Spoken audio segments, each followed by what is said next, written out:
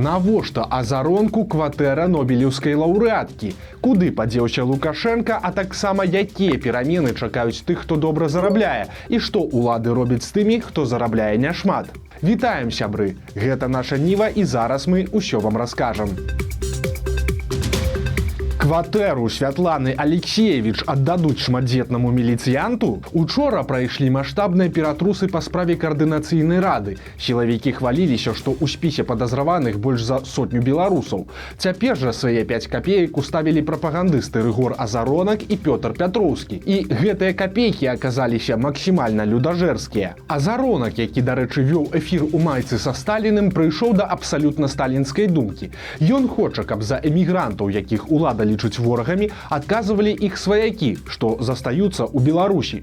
Пятроўскі прапанаваў, каб з'ехаўшых увогуле пазбавілі права на спадчыну. Акрамя таго, гэтая парачка згадала кватэру Святланы Алексеевич, якая знаходзіцца ў самым цэнтры Мінска ў так званым доме Чыжа. Пісьменніца купіла яе пасля атрымання нобелеўскай прэміі. Цяпер жа Азаронак і Пятроўскі хочуць гэтую кватэру адабраць і аддаць сілавікам. Почему в ее квартире, все знают, где у нее квартира, она купила за свои ее квартиру надо многодетным семье передать. На военно-патриотические клубы, силовикам нашим квартиру отдать. не передашь, а вот многодетным семьям можно. Многодетной семье отдать. Или семье силовика какой-нибудь многодетной. Лукашэнкі няма ў Беларусі. Праўда, гэта ненадоўга.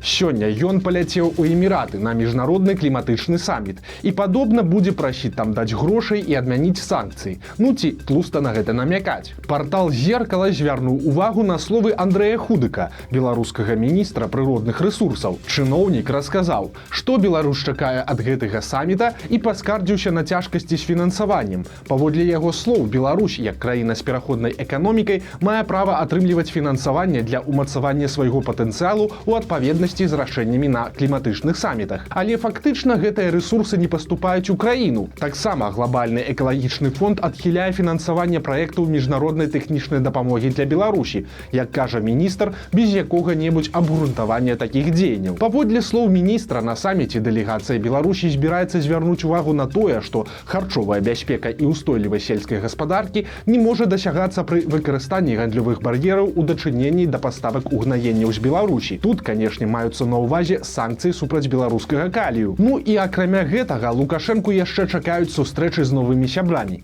Нядаўна ён сам казаў, што падчас саміта плануе перамовы з кіраўнікамі некаторых афрыканскіх дзяржаў.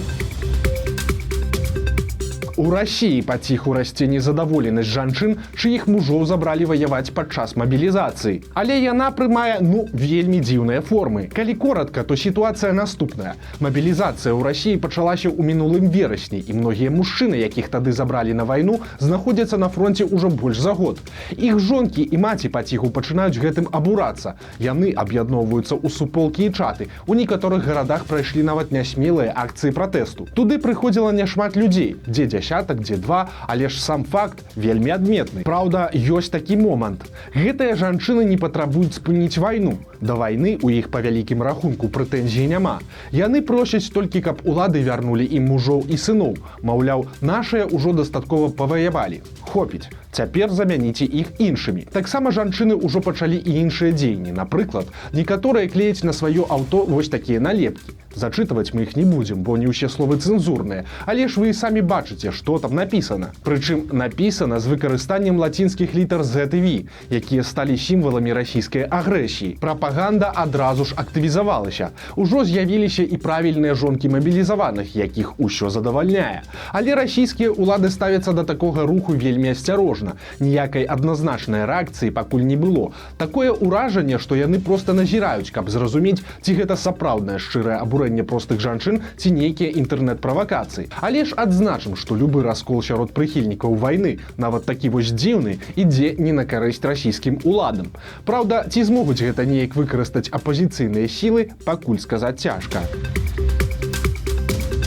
Што можна рабіць з беларускімі бюджэтнікамі? На жаль, усё што заўгодна. У Лельчыцах і Лоеве выйшлі на новы ўзровень. Цяпер мясцовым жыхарам загадалі зрабіць фотасправаздачы пра сямейны прагляд перадачы канала БТ. Праграма была прысвечаная праблемным падлеткам. На ёй выступалі чыноўнікі ад адукацыі і сілавікі, ад пракуратуры і ад міліцыі. Здымкі нібыта вельмі зацікаўленых гледачоў пасля апублікавалі мясцовыя раёнкі. Але і на гэтым не ўсё. Пасля некаторых яшчэ і прымусілі расказваць мясцовай дзяржаўнай прэсе, якую добрую і карысную перадачу яны паглядзелі. Але ж наколькі добраахвотна выказваюцца гэтыя людзі, можна зразумець, проста пацікавіўшыся іх прафесіямі. Усе яны работнікі бюджэтнай сферы: медсястра, бібліятэкарка, работніца пошты, ну і гэтак далей. У вас праблемнае дзіця? Цяпер ад яго можна будзе афіцыйна пазбавіцца. Але толькі часова. Дэпутаты распрацавалі новы законапраект, які прысвечаны правапарушэнням падлеткаў. Сярод іншага там ёсць такі цікавы момант. Цяпер, калі падлетак ужывае забароненыя рэчывы ці нават алкаголь, бацькі могуць самастойна адправіць яго ў спецыяльную выхаваўчую установу на рэабілітацыю. Раней такое маглі рабіць толькі дзяржорганы і толькі па рашэнні суда. Цяпер жа дастаткова будзе напісаць заяву ў такую спецшколу і прыкласці доказы, што сын ці дачка ўжываюць нешта забароненае. Таксама бацькі змогуць выказаць пажаданы тэрмін, на які аддаюць дзіця. Гэта ад адной вучэбнай чвэрці да каляндарнага года. Але ж за бацькамі застаецца права забраць дзіця дадому раней. І яшчэ адзін закон. У Беларусі ўсё ж з'явіцца так званы падатак для багатых. Ён закране тых, хто зарабляе больш за 200 000 рублёў за год. Гэта значыць, што месячны заробак прыкладна 16,5 тысяч у рублях ці 5 000 у далярах. Цяпер такі чалавек будзе плаціць ужо не 13%, а 25%, то бок чвэрць аддаваць дзяржаве. Тут, праўда, заўважым, што фізічныя асобы, якія маюць такую зарплату, гэта альбо нейкія кіраўнікі, альбо вузкія спецыялісты ў некаторых сферах, альбо айцішнікі. Апошнія і так з'язджаюць з Беларусі праз вайну і рэпрэсіі, а тут яшчэ такі сюрпрыз ад уладаў. Новаўвядзенне можа прымусіць у чарговы раз задумацца пра эміграцыю тых айцішнікаў, хто пакуль яшчэ нягледзячы ні на што застаецца ў Беларусі. Дэпутаты ўжо прынялі законапраект у другім чытанні. Цяпер яго разгледзяць у Савеце Рэспублікі і адтуль накіруюць на подпіс да Лукашэнкі.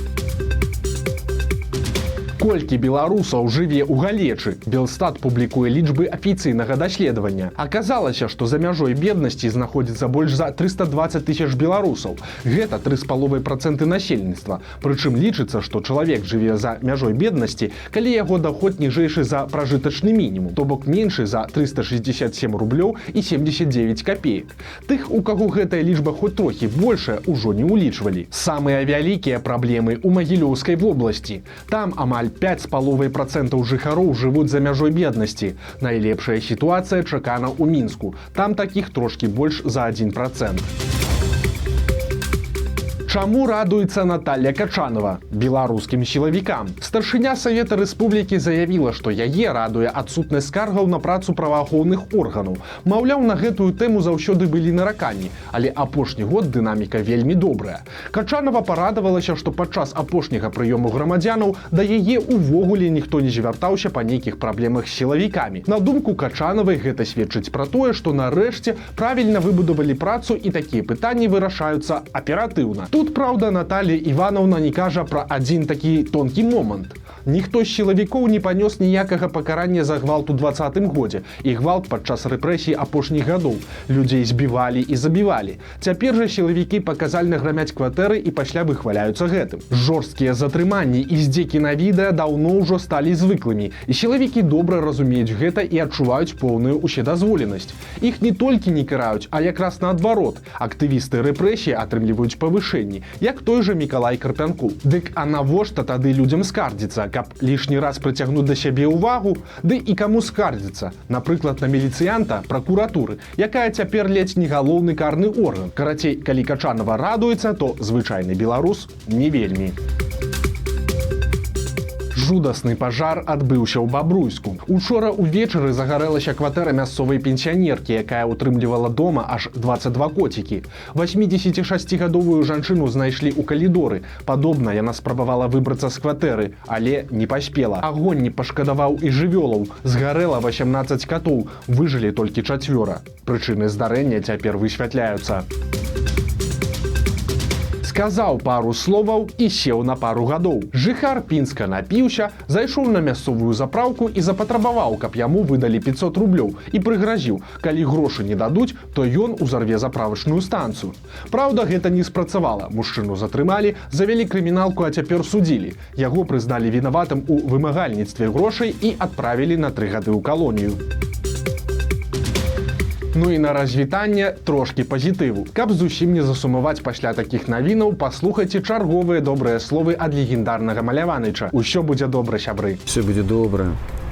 Адзін мудрэц спытаў сваіх вучняў: чаму людзі так громка крычаць, калі спрачаюцца, хоць яны знаходзяцца побач? Тыя не ведалі, што адказаць. Таму, сказаў мудрэц, што іх сэрцы далёка адзін ад аднаго. Чым грымчэй яны крычаць, тым яны далей адзін ад аднаго. Людзі размаўляюць ціха, калі яны паразумеліся, бо іх сэрцы бліжэй. Калі людзі кахаюць, іх сэрцы зусім блізка. Яны могуць маўчаць, калі размаўляюць сэрцамі.